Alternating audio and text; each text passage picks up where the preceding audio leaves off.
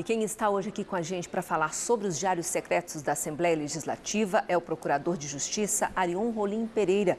Ele é coordenador do Centro de Apoio das Promotorias de Justiça de Proteção ao Patrimônio Público. Uma boa tarde para o senhor. Boa tarde. O Ministério Público já tinha conhecimento dessas denúncias relacionadas diretamente ao diretor-geral da Assembleia Legislativa? Já existem investigações neste sentido?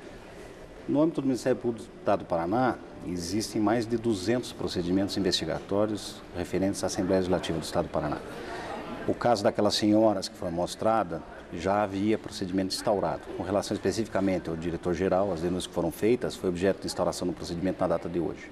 Já dá para saber, doutor, se todas essas pessoas estavam envolvidas sabendo do esquema, como o senhor comentou aqui antes da entrevista, pode ocorrer de que algumas delas não sejam efetivamente participantes do esquema, estariam sendo usadas, né? Sim. Essa informação vocês já conseguiram efetivamente apurar ou não? Veja, quando acontece uma situação dessa, tem as duas hipóteses. Tanto as pessoas que fazem parte de uma verdadeira quadrilha, como as pessoas que não fazem parte e estão tendo o seu nome usado.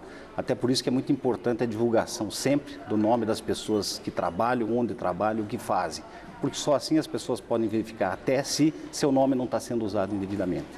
O GAECO, Grupo de Atuação Especial de Combate ao Crime Organizado, tem auxiliado a Promotoria de Proteção ao Patrimônio Público justamente para realizar esse tipo de diligência, localizando pessoas e até descobrir se essas pessoas estavam envolvidas ou eram também mais uma das vítimas, como é vítima o povo do Estado do Paraná nesse episódio. Quando o senhor fala em 200 procedimentos de investigação contra a Assembleia, é muita coisa, né, Soler? Quer dizer, já não é de hoje que a Assembleia é alvo de investigações? Veja, a Promotoria do Patrimônio Público tem por obrigação investigar toda e qualquer notícia que chegue de irregularidade cometida com verba pública. Então, se a notícia chega e ela vem com um mínimo de provas, um mínimo de indícios de que de fato aquilo ocorra, é instaurado um procedimento. Esse procedimento vai embasar, após a coleta de provas que é feita mediante investigações do Ministério Público, a propositura de uma ação. Essa ação, às vezes, pode englobar vários desses procedimentos. Hoje nós temos tramitando em Curitiba, ações civis na área do patrimônio público, mais de 300 ações.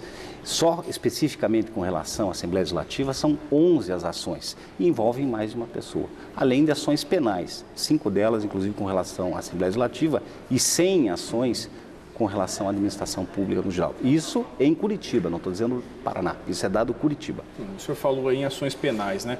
Em tese, quais os crimes que a gente consegue observar nas denúncias feitas até agora? Olha, podem haver inúmeros crimes, mas todos eles relacionados a um tipo de fraude para se apropriar do dinheiro público. Mas, a parte disso, a improbidade administrativa, que é um ilícito, não é um crime, é um ilícito civil, mas que combina uma série de sanções, sanções de perda de cargo, de proibição de contratar, de multa, de ressarcimento aos cofres públicos daquilo que foi levado. Como é que a população pode participar desse processo? O senhor disse que essas denúncias chegam, às vezes, até com os próprios funcionários, porque nós não podemos deixar, Soler, de lembrar que tem muita gente séria trabalhando na Assembleia, trabalhadores que querem também ver justiça e que, às vezes, se sentem indignados porque estão ali presenciando tudo isso. Né? A Constituição do Estado do Paraná tem um comando que determina a publicação dos funcionários públicos que trabalham em cada poder, em cada instituição. O Ministério Público, de há muitos anos, tem feito um trabalho para que isso seja cumprido.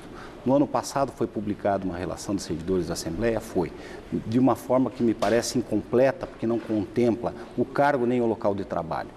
A par disso, foi feito já no final do ano passado uma recomendação pelo Procurador-Geral com relação, inclusive, à questão da publicidade dos atos administrativos, onde se insere a questão dos diários oficiais, porque não adianta haver diário se ele não é acessível ao público, porque aí não cumpre o princípio da publicidade. Né?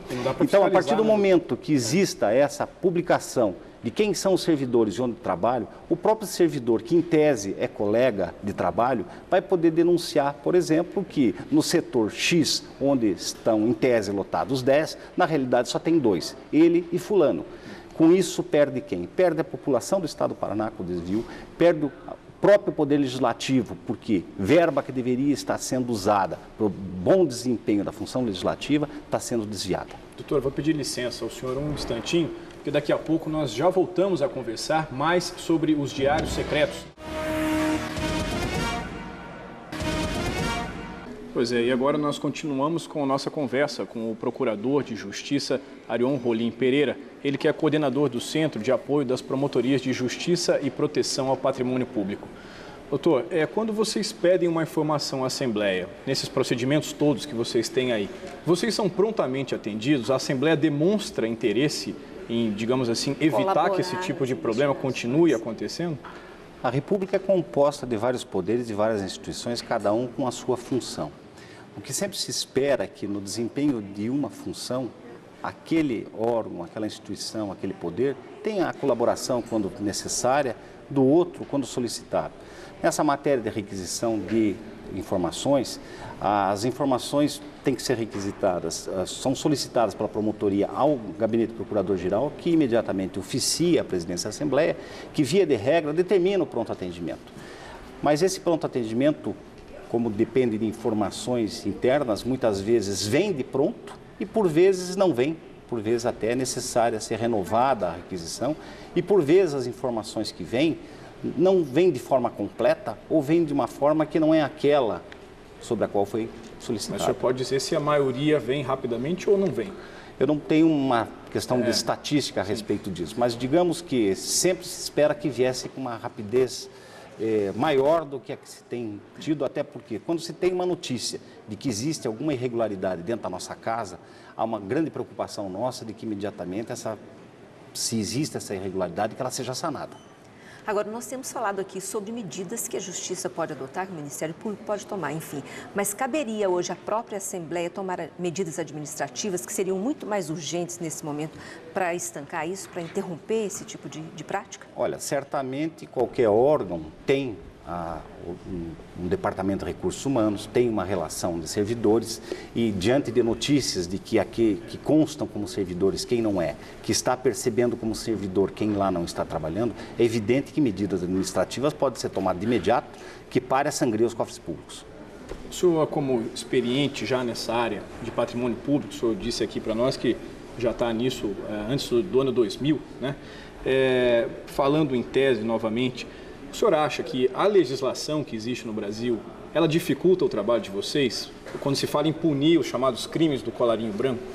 Não, veja, não é exatamente a legislação que dificulta. A legislação que trata da improbidade administrativa é uma legislação boa, mas por vezes questões processuais, questões referentes a uma verdadeira avalanche de questões que existem a ser tratadas é que acabam dificultando. Eu dei antes a notícia de quantos procedimentos temos, quantas ações temos. Então, se fossem umas poucas, a celeridade seria muito maior. Mas como a demanda é muito grande, o próprio fato de haver inúmeros já implica num certo retardo. Doutor, muito obrigado pela sua participação. Obrigada pela explicação aqui. Eu é que agradeço, cumprimento o trabalho que tem sendo desenvolvido para vocês, que certamente muito vai contribuir para o engrandecimento do nosso Estado, para o engrandecimento do sentimento de cidadania das pessoas. Obrigada, doutor Arion. Até a próxima.